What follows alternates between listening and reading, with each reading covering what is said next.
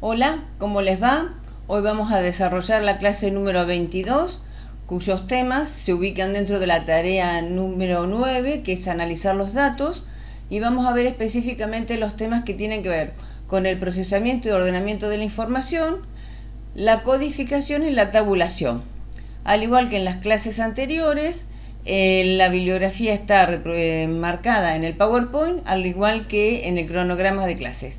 Bueno, hecho esta presentación, vamos a avanzar con la clase específicamente. Al igual que en las clases anteriores, siempre nos vamos a ubicar en los momentos del proceso de investigación. En este momento estamos en el momento técnico-metodológico, que es la estrategia de acercamiento al plano empírico, y dentro de este momento estamos en la última tarea que se llama analizar los datos.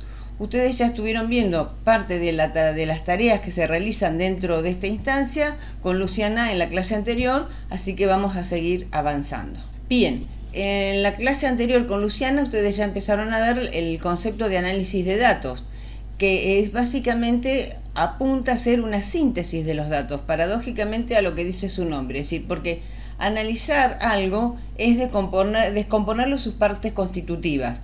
Eso nosotros lo hemos hecho en el proceso de operacionalización, es decir, esa variable de alto grado de abstracción, para poderla medir en el plano empírico, la hemos desagregado en variables más concretas hasta lograr identificar los valores de la variable, que es a partir de esta identificación de las variables de bajo grado de abstracción y los valores específicos, hemos definido cuáles son los datos que necesitamos recolectar. Hecho esto, elaboramos el instrumento de recolección de datos, realizamos la recolección de los datos, entonces el paso siguiente es analizar esos datos. Es decir, una vez que hemos obtenido los datos, ese cúmulo de información relevante que hemos obtenido, tenemos que empezar a aplicarle una serie de procedimientos que nos permitan reconstruir la variable, ese concepto de alto grado de abstracción, que habíamos desarmado en sus partes constitutivas, que son los indicadores y las categorías. Siempre recuerden que este proceso de ir de lo abstracto a lo concreto, de lo concreto a lo abstracto, siempre está presente. Obviamente, en la metodología cuantitativa predomina el camino de lo abstracto a lo concreto, porque es deductiva, que ya lo habíamos visto, mientras que la investigación cualitativa parte de lo concreto a lo abstracto porque es un camino inductivo. Independientemente que las dos usan procedimientos distintos, ambas buscan manejar y enriquecer el plano teórico y el plano abstracto. Lo que pasa es que los recorridos son totalmente distintos y utilizan procedimientos. Nosotros estamos centrando en cómo se analizan los datos en una lógica cuantitativa, porque es lo que hemos decidido desde la cátedra y en su momento les hemos explicado por qué optamos dentro de las dos lógicas en metodología 1 a hacer hincapié en la metodología cuantitativa. Bien, ustedes ya también en la clase anterior vieron con Luciana lo que es la matriz de datos. En este momento, una vez que hemos obtenido los datos, se pasa a construir esta matriz, que se dice que conceptualmente la matriz es la representación tripartita del objeto de estudio. ¿Por qué? Porque en ella se representan las variables, las unidades de análisis y los valores o categorías que cada una de las unidades de análisis alcanza en cada una de las variables en estudio. Por lo tanto, esta matriz de datos es una herramienta que nos facilita el procesamiento de la información que hemos recolectado, porque nos permite reunir todos los datos en un solo instrumento. Imagínense una investigación donde se hacen 300 encuestas, cada una de las cuales tiene, por ejemplo, capaz que 20 o 25 preguntas. El cúmulo de información que tenemos es importante, entonces pensar en cómo yo voy a procesar esos datos, en empezar a sintetizar lo que es la idea base de toda esta tarea, es muy difícil pensar si nosotros tenemos todas las encuestas apiladas y tenemos que ir analizándolas una a una. Entonces, se crea esta herramienta que se llama matriz de datos, que en el caso de la lógica cualitativa también existe, pero tienen otras características las matrices, pero no nos vamos a detener en ese tema. Entonces, toda la información que nosotros hemos obtenido, por ejemplo, en esas 300 encuestas, ¿qué hacemos? La volcamos en esa matriz y algunos autores dicen que ya una vez que nosotros tenemos volcado los datos en la matriz, podemos hacer ya como lectura sobre ella misma. Ustedes ya lo habían visto con Luciana, que se puede hacer una lectura horizontal o intensiva, es decir, podemos ver cada unidad de análisis, qué valores fue obteniendo en cada una de las variables, o una lectura vertical o extensiva, es decir, nos vemos como cierta variable, la frecuencia o el universo de valores que se da en esa variable determinada. Ahora vamos a ver una imagen de lo que es una matriz de datos, por ejemplo, plasmada en un Excel. Bien, en esta diapositiva lo que hice fue una captura de pantalla de una matriz de datos elaborada en el Excel, que es un programa muy conocido, que es una hoja de cálculo, y esta matriz es de la investigación que hicimos sobre redes sociales en Neuquén en el año 2017, que yo ya les he mostrado ejemplos del instrumento de recolección de datos, utilizamos también la operacionalización de esa investigación. En este caso, como ustedes pueden ver, lo que se vuelca en esta hoja de cálculo es la unidad de análisis. Entonces, y después están lo que están en títulos mayores serían las dimensiones, y las variables que están por debajo de esos títulos en mayúscula, son los indicadores correspondientes a esa dimensión. Entonces ahí ustedes pueden ver el perfil del usuario, el uso de redes sociales, la opinión sobre el uso de las redes. Bueno, era una matriz que era bastante larga, por lo tanto nos llevó bastantes columnas, digamos, del Excel, pero yo quería que ustedes vieran cómo el Excel es una herramienta muy sencilla de utilizar, que nos permite trabajar con elaborar una matriz de datos. Las matrices de datos supuestamente uno las debería elaborar antes de iniciarse la recolección de los datos, pero en la práctica, en general, la matriz de datos uno la construye una vez que va, o al mismo tiempo que va recolectando la información. Lo importante es que nosotros ya tengamos armada, antes de empezar a procesar los datos, tengamos armada esta herramienta, que ahora tenemos la facilidad de usar, de tener un programa que nos lo permite hacer. Antes eran las famosas sábanas, porque se hacían en papel y se tenían que volcar, por ejemplo, imagínense la cantidad de hojas y de papel que teníamos que hacer si teníamos que volcar la información de esas 300 encuestas que yo les daba en el ejemplo anteriormente. Ahora tenemos la facilidad de que con el Excel lo tenemos prácticamente en la pantalla, podemos tener casi las 300 unidades de análisis al mismo tiempo. Bueno, esta es otra captura de pantalla de la misma matriz que les mostré anteriormente, pero en este caso ya completa. Hay pocas unidades de análisis porque recuerdan que yo les conté que esta investigación trabajamos con grupos etarios y cada subgrupo de investigación tenía X cantidad de entrevistas para hacer, y bueno, yo les saqué una captura de pantalla a alguna de las matrices para que ustedes vieran cómo es una matriz cuando ya está completa. Es decir, fíjense ustedes que la unidad de análisis están todas numeradas correlativamente. Bueno, ahí tienen una serie de códigos por el tipo de investigación que hicimos y cómo estaban divididos los subgrupos de investigación, pero a partir de eso se fue volcando qué dato obtuvimos en cada una de las unidades de análisis que fuimos relevando. Fíjense que en el sexo está una M y una F, que sería femenino y masculino. Ahora vamos a que es un procedimiento que se llama codificación, que ahora más adelante lo voy a explicar. En la edad aparece PA, que dirán ustedes qué edad es esa. Bueno, es un código, y así en cada una de las columnas que en sus respectivos indicadores se fue volcando la respuesta que nos fueron dando los entrevistados. Obviamente, si ustedes se fijan con detenimiento, en algunos casos es muy claro leer la respuesta, y en otros están viendo como letras que no tienen sentido si no tenemos el listado de lo que eso significa, pero es una de las tareas que se hace dentro del procesamiento de los datos que nos facilita el volcado de la información. Pero bueno, la idea era que ustedes pudieran ver una matriz elaborada en Excel en blanco y luego con los datos volcados para ver cómo se hace. Al igual que lo han visto con Luciana en la clase anterior, en el análisis de datos también se planifica, es decir, se define previamente cómo se van a analizar los datos, porque a partir de nuestros interrogantes de investigación y de los objetivos de investigación que tenemos, de la investigación, valga la redundancia, que estamos desarrollando, también vamos a necesitar definir cuáles son los procedimientos que nosotros vamos a aplicar a la información que recolectemos para poder incorporar esa información al corpus teórico, dice esa maja, mediante la síntesis de esos datos y luego interpretándolos, que ya entraríamos en el momento teórico.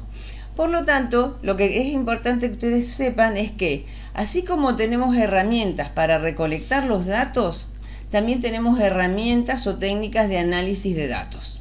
¿sí? Ahora vamos a ver algunas y en las próximas clases vamos a ver otras. Pero básicamente, cuando elaboramos ese plan de análisis de los datos para nuestra investigación, Zamaja propone dos criterios, que ustedes ya lo vieron con Luciana, que es en función de lo que él llama la dimensión estructural y en función de una dimensión dinámica. La dimensión estructural se refiere a qué tipos de procedimientos vamos a aplicar en función de cuál es el componente de la matriz de datos que nos hemos enfocado. Entonces, si nosotros nos centramos en la variable, si el análisis de datos se centra en la variable, sabemos que disponemos, por ejemplo, de herramientas provenientes de la estadística descriptiva. Es decir, las distribuciones de frecuencia, las medidas de tendencia central o de dispersión. Se pueden trabajar tablas de distribución de frecuencia absoluta y relativa. Bueno, eso lo vamos a ver en la próxima clase. Mientras que si mi análisis de datos se enfoca en la unidad de análisis, sé que tengo otras herramientas que me van a permitir, por ejemplo, elaborar modelos como perfiles, tipologías, que eso también lo vamos a ver en la próxima clase. O si nuestro análisis se centra en los valores o categorías, voy a poder utilizar herramientas, por ejemplo, como los índices. Los índices son medidas resúmenes, es decir, es una herramienta de análisis de datos que ustedes a veces no han sentido hablar, o el IPC, por ejemplo, el índice de precio del consumidor. Nos dicen que están en X. Pero para poder dar ese número, significa que se han trabajado sobre muchos valores, categorías a nivel del plano concreto, que después, a partir de una serie de procedimientos, se logra elaborar un índice que es una medida de resumen, que en un número nos da una idea del fenómeno que se está midiendo. Por otro lado, también podemos reagrupar valores, es decir, tenemos una serie de posibilidades para trabajar sobre las categorías. Por otro lado está la dimensión dinámica, que tiene que ver con el tipo de estudio en función de los objetivos de conocimiento.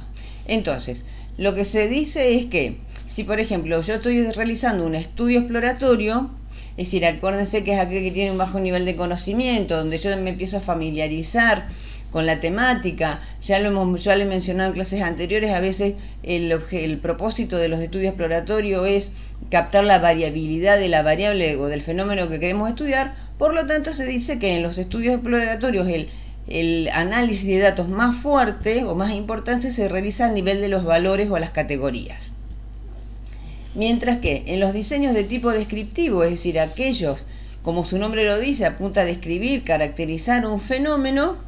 Por lo tanto, para yo poder decir que esta característica de este fenómeno es predominante, me concentro en ¿qué? En la variable, porque es el aspecto que yo elegí para describir el fenómeno. Entonces, para poder determinar, en este caso, si esa característica es relevante, es representativa del fenómeno que estoy describiendo, mi análisis se va a enfocar en la variable. Mientras que en los diseños de tipo explicativo, es decir, aquellos que tenemos un alto nivel de conocimiento, pero buscamos comprobar hipótesis causales, es decir, comprobar causas de ciertos fenómenos, en este caso nos vamos a concentrar en la unidad de análisis, porque es la que nos permite decir que a partir de la elaboración de modelos o tipologías, como yo les decía hace un ratito, son las que nos permiten decir que ciertos fenómenos con ciertas características, etcétera, etcétera, asociados a otros fenómenos con otras características, tienen una vinculación de tipo causal. Por eso el foco es la unidad de análisis, es el fuerte, digamos. No significa que en una investigación de tipo descriptiva yo no haga análisis a nivel de las categorías o no pueda hacer un análisis a nivel de las unidades de análisis. Lo que estamos diciendo es que de acuerdo al tipo de estudio, hay un tipo de análisis que predomina o que es típico de esa clase de estudio. Bien, acá, como yo les decía al principio, es decir, hay que imaginarse que en general, cuando utilizamos este tipo de procedimientos, estamos hablando de investigaciones donde se han hecho, por ejemplo, muchas entrevistas o muchas observaciones o ambas. Entonces, en este caso, lo que podemos decir que en principio, antes de volcar la información en la matriz, lo que tenemos es una masa de datos desordenada que en sí misma no parece que no tiene ningún sentido. Como yo le decía hoy, tenemos las 300 entrevistas completas o tenemos las 300 guías de observación realizadas con la información recolectada, pero no nos dice nada. Por lo tanto, lo que estamos haciendo ahora son acciones que nos permitan ordenar y organizar los datos. Básicamente esa es la idea del procesamiento, de esto que llamamos procesamiento de datos. Pero antes de empezar, por ejemplo, a volcar los datos a la matriz de datos, valga la redundancia, hay como tareas previas para hacer. Una de ellas es revisar cada uno de los instrumentos de recolección de datos. ¿Se acuerdan que yo les había comentado que cuando nosotros construimos el instrumento de recolección de datos se hace una instancia que se llama pretest? Es decir, poner a prueba el instrumento de recolección de datos para ver si, por ejemplo, si es una entrevista con alto grado de estructuración, todas las preguntas que hemos hecho, las personas que entrevistamos haciéndole la prueba, son entendibles o hay errores, etcétera, etcétera. Eso sería durante lo que se llama la ejecución de la investigación o el relevamiento de datos. Una vez que se han relevado los datos, hay otra tarea que se suele hacer, aunque a veces no siempre está en los libros, pero que se llama la supervisión de los instrumentos de recolección de datos. ¿Qué significa? Hay personas que se encargan de revisar, por ejemplo, las encuestas o las guías de observación y van controlando si esos instrumentos fueron bien llenados y fueron completados. ¿A efectos de qué? De si hay instrumentos con muchas falencias en el volcado de la información, se evalúa si es necesario descartarlo o no. Una vez que se analizan todos los instrumentos de recolección de datos uno por uno y se descartan los que haya que descartar por estas dificultades que yo les estoy mencionando, la segunda tarea es numerarlos. Parece una tontería, pero es una tarea muy importante, porque supónganse que estamos haciendo 300 encuestas, nosotros no podemos correr el riesgo de volcar 2 veces la misma encuesta y que quede una sin volcar. Entonces se numera, ¿sí? Es decir, entonces esa numeración, entonces la encuesta número 1 va a ser la unidad de análisis número 1, la encuesta número 2 la unidad de análisis número 2 y así sucesivamente. Digamos, son tareas importantes, pero que a veces en los textos ni siquiera se mencionan. La primera actividad del procesamiento de los datos es saber cómo vamos a trabajar con aquellos datos que son numéricos y aquellos datos que se llaman verbales. Es decir, vamos a definir qué procedimiento le vamos a aplicar para poder sintetizarlos. Entonces, en el caso de los datos numéricos, supóngase la edad, el peso, el sueldo que tiene la persona, es decir, aquellas variables cuantitativas, ¿se acuerdan que veíamos? Ahí se va a decidir si se van a trabajar, por ejemplo, si se los va a agrupar o no, y en función de eso después si se los va a tabular, si se van a trabajar con frecuencias relativas o absolutas, si vamos a hacer algún gráfico para presentar la información, es decir, toda una serie de herramientas que nos dan la estadística descriptiva en estos casos. Después tenemos lo que llaman datos verbales. Es decir, aquellos donde lo que serían las variables cualitativas, ¿se acuerdan que cuando las clasificamos? Es decir, donde no se mide una magnitud, pero la persona está expresando algo, nos está dando un dato. Que acá puede suceder que decidamos que generalmente este tipo de datos verbales pueden venir de preguntas abiertas o de preguntas con opciones múltiples, que hemos visto ejemplos en las clases anteriores. Entonces, en este caso se va a decidir si a pesar de que son datos verbales, los vamos a trabajar como si fueran datos numéricos. Por lo tanto, se los va a codificar porque se los va a contar. Entonces, una vez que se hace la operación de codificación y se los tabula, entonces se los trabaja como si fueran datos numéricos o si de datos numéricos, entonces elaboramos tablas, podemos hacer cuadros de distintos tipos o graficarlos. Después vamos a ver más adelante en las clases sucesivas formas de trabajar estos datos. Y finalmente, a su vez, dentro de los datos verbales hay algunos que decidimos que no le vamos a aplicar ningún procedimiento porque por las características del dato queremos dejarlo así como está, porque es muy representativo de aspectos conceptuales. Después, cuando lo veamos ejemplos, lo van a terminar de entender. Entonces, fíjense ustedes que hay una serie de procedimientos que estamos empezando a aplicar y a tomar decisiones respecto a cómo vamos a analizar los datos en función de que de ese plan de análisis que a su vez responde a cuáles son mis objetivos de conocimiento y cuáles son mis interrogantes de investigación. Bien, en esta diapositiva volqué dos ejemplos de datos numéricos. Recuerdan que decía que son aquellos que tienen que ver sobre todo con variables cuantitativas. Por ejemplo, edad, cantidad de hijos, año de residencia, monto de ingresos, cantidad de dormitorio en una vivienda, etcétera, etcétera. Son datos que se suelen procesar rápidos Podemos, por ejemplo, hacer promedios, después vamos a ver qué es un promedio, qué es una medida estadística, se pueden graficar, se pueden hacer tablas, etc. Y a partir de que una vez que hemos sintetizado esos datos, analizados, se pueden hacer referencias o enunciados conceptuales o teóricos, que bueno, eso ya es en la instancia de la interpretación de los datos. Las dos tablas que yo volqué acá corresponden a una investigación que nosotros hicimos hace varios años en Chipoleti con alumnos de los secundarios de esa ciudad, donde se trabajaron distintos temas a pedido del Consejo Local del Niño, Niña y Adolescente. En ese momento nosotros entrevistamos a 239 estudiantes. Una de las variables que estábamos midiendo era la edad. En ese caso, ustedes fíjense, en la primera tabla aparecen las edades que identificamos a partir de la respuesta que nos dieron cada uno de los estudiantes o de las estudiantes, y los fuimos contando. Entonces, tuvimos 26 estudiantes de 13 años, 47 de 14 y así sucesivamente. Incluimos 19 años porque algunas de las escuelas eran escuelas industriales que tienen hasta sexto año.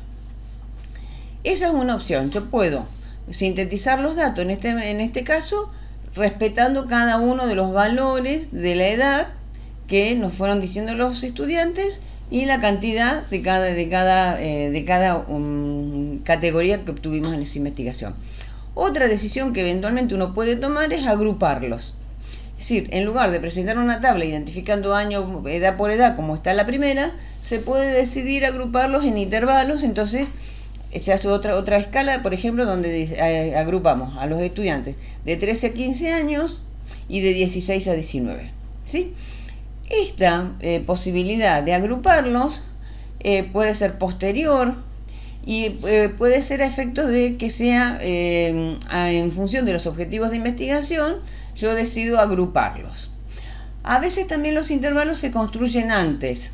Es decir, nosotros podríamos en ese caso, le preguntábamos la edad a cada estudiante y fuimos registrando cada una de las edades.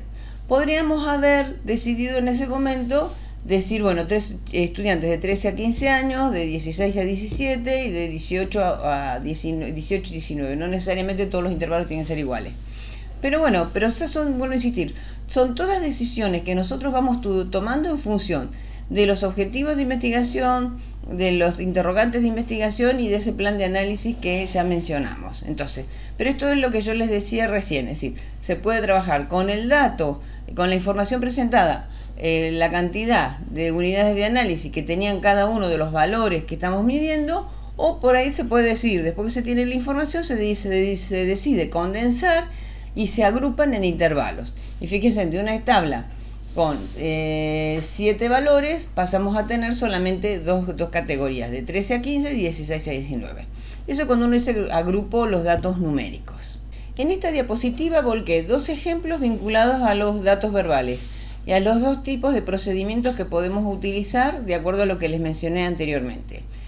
La primera tabla que dice tareas realizadas son datos verbales que fueron convertidos como si fueran numéricos. ¿En qué sentido? Es decir, corresponden a preguntas abiertas, por lo tanto, a partir de la respuesta que nos daban las personas, se construyeron categorías y en función de esas categorías después se volvieron a contar cuántas veces el contenido de la respuesta hacía referencia a alguna de las categorías y se contaban. En este caso, el ejemplo corresponde a esa misma investigación que yo les comentaba que hicimos en la ciudad de Chipoleti con estudiantes del nivel secundario. Bueno, resulta que dentro de los 239 estudiantes que entrevistamos, 35 dijeron que trabajaban. Entonces, nosotros la pregunta era qué tipo de tareas hacía en su trabajo.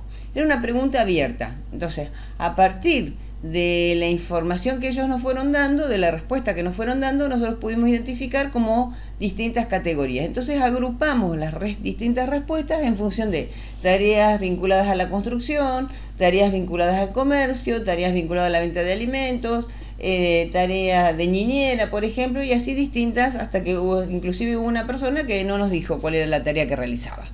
Entonces, acá lo que se hizo fue un dato verbal.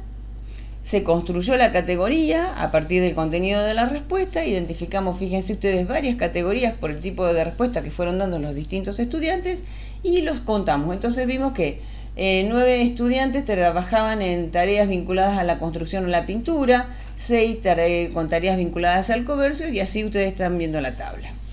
Esa es una forma de, como yo les explicaba, de trabajar con los datos verbales, transformándolos como si fueran numéricos. Después está la otra opción cuando yo les decía que el dato verbal se deja como información no cuantificada, es decir, se seleccionan aquellas respuestas que son más significativas. El ejemplo que está volcado allí es de una investigación que hizo una tesista sobre ancianos internados en geriátricos. Una de las preguntas era la decisión de la internación, cómo había surgido, por qué había surgido, eran distintos aspectos. En este caso, en el 40% de los casos se detectó que la decisión de internación se vinculaba por la existencia de una enfermedad en el anciano.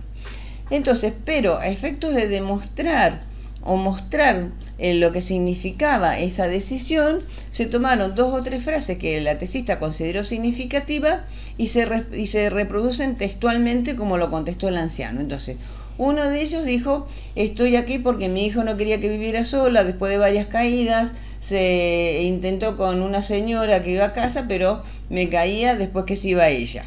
Entonces, a partir de esa situación, decidieron internarla en el geriátrico. Y la otra, por ejemplo, otra muy representativa era vivir con mi hijo hasta que me enfermé. Entonces, fíjense ustedes que ahí son 2 respuestas textuales, son 2 datos verbales no cuantificados, pero que de alguna manera representan distintas respuestas que dieron los ancianos cuando se les preguntó quién había tomado la decisión de internarse y por qué motivos. Entonces, si bien se cuantificó, se dice que el 40% se vinculó la decisión de internación a la existencia de una enfermedad o alguna situación vinculada a la salud, se eligieron 2 respuestas significativas para mostrar el contenido de lo que los ancianos iban diciendo.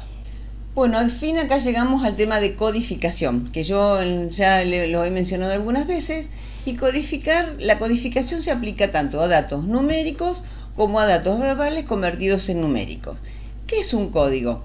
Es la asignación de un número o una letra a cada una de las categorías posibles de respuesta porque nos permite agrupar aquellas respuestas o categorías que son idénticas o similares. Es decir, el objetivo de la codificación sobre todo es que facilite, es decir, hace más rápido el volcado de la información en la matriz de datos. Y después en su procesamiento, por ejemplo, cuando empezamos a contar frecuencias. Pero sobre todo en el volcado de la información en la matriz de datos es importante trabajar con códigos, sobre todo cuando trabajamos, como el ejemplo que les venía diciendo, si trabajamos con 300 encuestas, por ejemplo, donde hay con 20 o 25 preguntas, donde hay mucha información. Entonces, el utilizar los códigos nos facilita en el sentido que nos permite que sea más rápido el volcado de la información. ¿Cuándo se codifica? Eso lo va decidiendo el investigador oportunamente. Puede suceder que se codifique antes de relevar los datos. Si no sé si a ustedes a veces les ha pasado de llenar algún formulario bastante estructurado y a veces aparecen unos numeritos al costado de la respuesta que ustedes dan y ustedes no saben qué es. Eso en realidad es un código. Es decir, cuando se vuelca la información en la máquina, por ejemplo, en un Excel, directamente se pone ese código y se sabe que representa que vive en Neuquén, o que dijo que sí o que dijo que no. Es decir, el 1 generalmente se usa para sí, el 2 para no. Entonces, bueno, son distintos. Los números no tienen un valor numérico en este caso, sino que son meramente un símbolo. Por eso pueden ser números o letras. Otras veces puede suceder que uno decida codificar después de relevar el dato, que es lo que nosotros hemos hecho generalmente en muchas investigaciones que hemos hecho con nuestros estudiantes. Bien, acá yo volqué 2 ejemplos muy simples para ir entendiendo lo que es la codificación. Entonces tomé un indicador que se llama nacionalidad. La categoría son argentino, chileno, boliviano, otra nacionalidad. En este caso, fíjense que al costado de cada una de las categorías hay un número. Eso es el código. Entonces, cuando yo voy volcando los datos en la matriz, voy volcando directamente el código. Entonces yo en nacionalidad, si veo el 1, sé que es argentino. Si veo el 3, sé que es boliviano. Sí, facilita el volcado de la información. Otro indicador es, por ejemplo, opinión sobre un producto. Vamos a hacer una encuesta sobre opinión sobre el yogur. Se le estaba preguntando a la gente qué qué le parecía o qué opinaba del yogur X. Entonces, era una respuesta abierta, era una pregunta abierta, o sea que se obtuvieron distintas respuestas. Ahí doy ejemplo, por ejemplo, me gusta, es sabroso, no es demasiado dulce, es malo, le falta consistencia, pero es bueno el sabor, etcétera, etcétera. Como a mí, ¿qué hicimos ahí?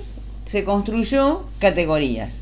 3 categorías donde eran buena, regular o mala. Entonces, la buena, el código era 1, el regular era 2 y el malo era 3. Entonces, a medida que se iba leyendo cada una de las respuestas, si la persona decía me gusta o dice que es sabroso, es agradable al paladar, entonces era bueno, se ponía se vuelca el código 1 directamente. Y así sucesivamente. Entonces, fíjense ustedes que es un procedimiento que se suele utilizar, sobre todo cuando trabajamos con mucha información, y lo que hace nos da rapidez en el volcado de la información en la matriz de datos. Bien, acá rescaté un ejemplo de codificación que utilizamos en la investigación sobre redes sociales que hicimos en el año 2017 en Neuquén. Y lo que se suele hacer muchas veces también son como un instructivo o un manual de codificación que se llama, que se va a construir, a veces lo puede construir el investigador y después se lo entrega a quienes van a codificar, o en este caso, por ejemplo, fue con el grupo de estudiantes que participaron en la investigación, nos fuimos poniendo de acuerdo en distintos criterios para poder volcar la información codificada, no solamente al momento de elaborar los códigos, sino que tuvieran en cuenta ciertas cuestiones o ciertos criterios. Por eso había como una serie de instrucciones que se tenían que respetar. Fíjense ustedes que acá tomé la codificación vinculada a lo que llamaba el perfil del usuario, donde pusimos edad, era una respuesta abierta, porque se acuerdan que eran una muestra por cuota, los estudiantes tenían una cuota etaria, pero exactamente no sabían qué edad iba a tener la persona, tenían el rango de edad que podían entrevistar, pero no sabían específicamente la edad que podían tener. Entonces, en función de eso se decidió trabajar con una pregunta abierta y como código se usó PA.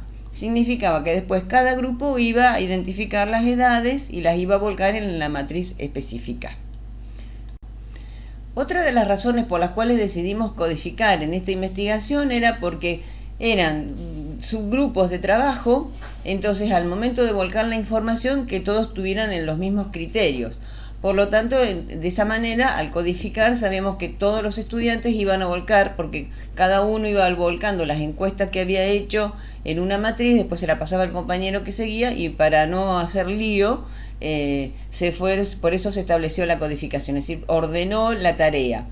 Además, también, otra de las razones por las cuales codificamos y fuimos muy detallistas al momento de identificar cada código, es porque, por ejemplo, si uno trabaja con el Excel, hay la planilla de cálculo hace lectura de caracteres, no interpreta. Entonces, por ejemplo, si yo pongo un punto y en la misma respuesta, en el mismo código, me olvido poner el punto, lo toma como si fueran distintos. Entonces, cada uno de los códigos también les recordaba a los estudiantes que debían ser muy estrictos en cómo volcaban la información, así cuando tenían después, por ejemplo, que contar, no les faltaba información. Entonces, en este caso se fueron tomando decisiones, por ejemplo, para primaria incompleta era PI, para primaria completa PC y así sucesivamente. En el caso de los estudiantes, si era estudiante EST, digamos, son decisiones que, fuimos acordando en el grupo, formas de código que a los estudiantes les resultara fácil volcar, porque los asociaba a la palabra, etcétera, etcétera. Entonces, fíjense ustedes que también al final de cada una de la tabla a veces le ponían como nota recordar que si había una persona que decía que era estudiante pero que además también trabajaba, uniera los dos códigos con un signo más, entonces después eso se tomaba como que correctamente, sin dejar espacio, una serie de criterios. Entonces, esta es una forma de armar lo que se llaman los manuales de codificación. En esta otra diapositiva sigo volcando el ejemplo de codificación de redes sociales porque les quería mostrar dos cosas.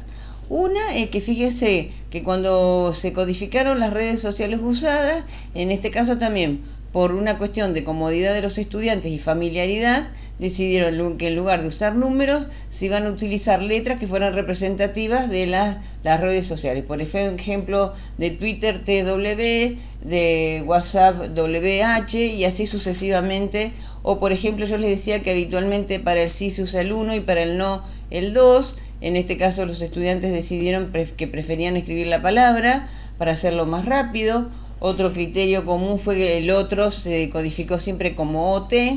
Y bueno, y sobre todo quería mostrarles la importancia de la codificación en aquella pregunta que se preguntaba, perdón la redundancia, las razones específicas de uso. Fíjese que las opciones eran varias y largas, porque me permite conocer a personas de mi profesión o mi trabajo, porque me permite conocer personas que no importa dónde vivan. Entonces, si nosotros teníamos que volcar toda esa frase, era como que nunca se terminaba. En cambio, al asignarle un código, en función de la respuesta que fueron dando los entrevistados, directamente los estudiantes iban volcando 1, 2 o 1 más 3, significaba que la persona había elegido las opciones 1 y 3, y después, bueno, cuando se elabora ya la presentación de los datos, sí se ponen las opciones como están escritas acá. Pero el código, sobre todo en este tipo de respuestas que son tan largas, facilita mucho el volcado porque nos remitimos a volcar un número o una letra y ya está. Y ya para ir cerrando la clase vamos a ver lo que se llama tabulación, que yo ya vengo hablando de tablas de cuadros, es decir, que es un procedimiento que consiste en elaborar tablas o también llamados cuadros, que es un listado de los datos que permiten su agrupamiento y contarlos. Es decir, para su procesamiento, para su elaboración, es preciso ir contando cada una de las respuestas de acuerdo a las categorías o los códigos que se les fue asignando. En el caso del Excel es sencillo, por ejemplo, si eso se hace a través del uso del filtro. Por ejemplo, yo tengo los datos de ustedes volcados en una matriz de datos, ¿sí? En un Excel, ¿sí? Entonces, y allí vuelco, por ejemplo, si aprobó o desaprobó el parcial, un ejemplo. Entonces yo voy al Excel, tengo una opción que se llama filtros, lo elijo, después yo un poco se los voy a mostrar en la clase que viene cómo se aplica.